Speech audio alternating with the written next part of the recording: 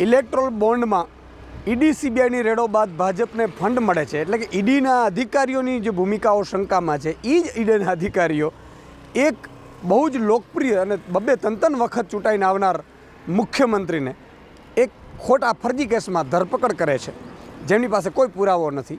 મનીષ સિસોદિયાજીને 1 વર્ષ 13 મહિના ત્યાં જેલમાં છે, કોઈ પુરાવો હજી સુધી રજૂ કર્યો નથી.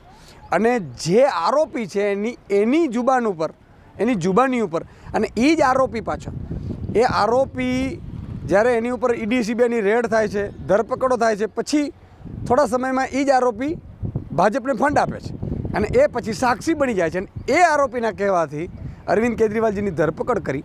એટલું જ નહીં, તાનાશાહી તો ત્યારે હદ થઈ છે તાનાશાહીની કે અરવિંદ કેજરીવાલજીના પરિવારને પણ અત્યારે કોઈને મળવા દેવામાં નથી આવતા.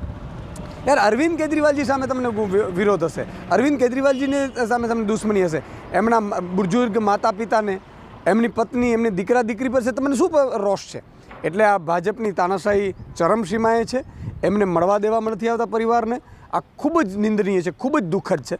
અને આ તો દેશમાં સારા જે કામ કરનારા લોકોને કોઈ પણ રીતે ખતમ કરી નાખવામાં આવે એનું આ ષડયંત્ર છે.